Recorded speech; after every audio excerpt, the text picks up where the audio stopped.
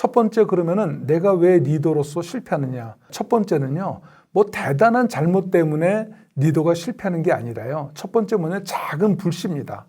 작은 서운함, 작은 불쾌함, 작은 무례함, 이런 것들이 나를 나쁘게 만들고 가려진 적을 만드는 시발점이 되는 거죠. 원래 리더는 베푼 것을 먼저 생각하고요. 부하들은 섭섭한 걸 먼저 생각해 두는 게 인지상정입니다. 그래서 리더가 사과할 일 있을 때는 반드시 사과를 해야 됩니다. 꼭 사과를 해야 됩니다. 아예 뭐 대충 뭐 이러다가 넘어간다. 안 됩니다.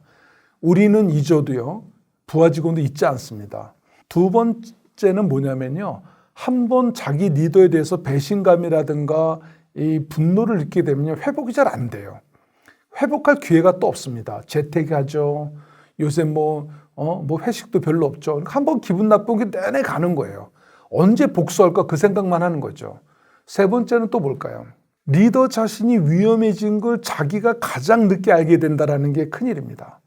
대부분 리더십 실패한 사람들에게 물어보면요, 자기가 왜 이런 상황에 빠졌는지를 자기만 모르는 경우가 많아요. 왜? 잘못한 것보다는 잘한 걸 먼저 생각해야 되고요. 섭섭하게 한 사람들보다는 자기가 베푼 사람에 대한 생각을 먼저 하기 때문에 그렇습니다. 자기가 가장 위험해지는 걸 자신이 가장 늦게 알게 된다는 게 가슴 아픈 일이죠.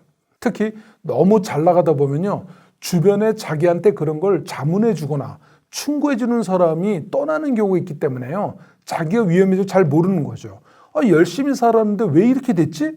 본인만 자꾸 궁금해지는 거예요. 근데 이미 외부에서는, 시장에서는 내가 나쁜 놈으로 낙인됐는데 말이죠. 그 안타까운 일들입니다. 네 번째는 리더가 한번 실패하면요, 주변에 사람이 다 떠납니다. 힘이 있던 사람이라도요, 그렇습니다. 정승집 개가 죽으면 사람이 문정성실해도요, 정승이 죽으면 오지 않는단 말이 있죠. 권력도요, 힘이 있을 때 사람이 있는 겁니다. 권력이 빠지면 사람 주변에 없는 거죠. 그래서 그 사람이 위기에 빠질 때 평소에 인간관계를 어떻게 했는지를 가장 잘 알 수 있습니다. 어찌 보면 권력은 원래부터 내 것이 아닐 수도 있으니까 말이죠. 그럼 어떻게 될까요? 첫 번째, 조직에 있는 사람은요, 조직이 정해놓은 원칙, 핵심 가치의 기준으로 해서 행동을 해야 됩니다. 해야 될 일, 하지 말아야 될 일, 챙겨야 될 일, 조심해야 될 일, 이런 것들을 정확하게 알아야 되는 것이죠. 원칙에 입각하면요, 잠시 오해가 있고 위험해져도요, 제자리로 돌아올 수가 있습니다. 원칙을 지켰기 때문인 것이죠. 두 번째는 멘토가 필요합니다. 여러분, 성공한 사람들의 공통점 중에는요, 주변에 사람이 있었어요. 절대로 혼자 있는 사람은 없습니다. 탁월한 리더들은 늘 그랬냐고 그러면요, 멘토는 자신보다 더 잘날 필요도 없고 더 뛰어날 필요도 없어요. 단지 그 리더의 이야기를 진정 있게 들어주고 정직하게 충고해 줄 수 있는 사람이면 됩니다. 사람이라는 존재는요, 다른 사람한테 자기를 고해성사하듯이 얘기를 하면서 스스로가 이렇게 수정돼가고 정리돼가는 힘이 있어요. 그렇기 때문에 누구와도 더 얘기할 수 있는 그런 여유를 가져야 됩니다. 직급이 높아지면 왜 힘든지 아세요? 대화할 사람이 별로 없습니다. 자신의 약점을 들키고 싶어 하지 않기 때문에 대화를 잘 안 하는 경우가 있죠. 그러다 고립된 상태에서 독단적인 의사결정은 위험해질 수 있기 때문에 그렇습니다. 그래서 멘토를 구하는 게 중요한 겁니다. 친구일 수도 좋고요. 뭐 상사일 수도 있고요. 뭐 배우자일 수도 있고 꼭 멘토가 있어야 됩니다. 정답을 얻기 위해서가 아니라 스스로 정답을 찾아갈 수 있는 그 기회를 갖는다는 것이죠. 세 번째는요, 자기만의 원칙을 가져야 됩니다. 제가 알고 있는 모 그룹의 부회장인 분이 있습니다. 그분은요, 직업이 CEO일 정도로 CEO만 20년을 한 사람이에요.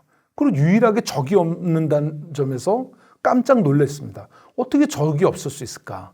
근데 그 사람은 나름의 원칙이 있었어요. 뭔지 아세요? 몇 가지만 소개해 볼까요?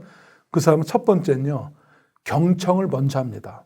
자기가 말을 해버리면 모든 것이 결정돼 버리기 때문이죠.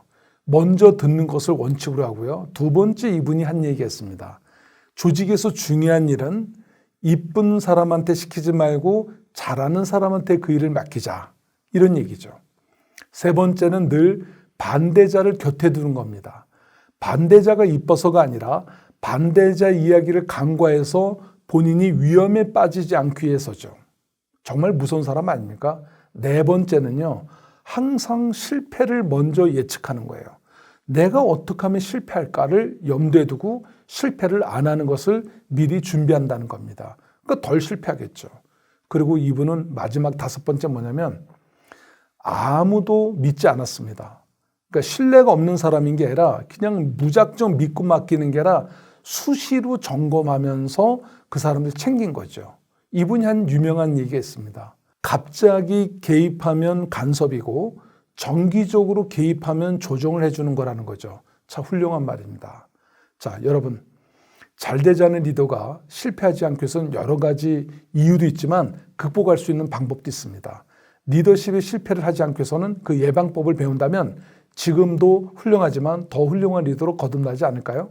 그것은 우리들의 선택입니다. 감사합니다.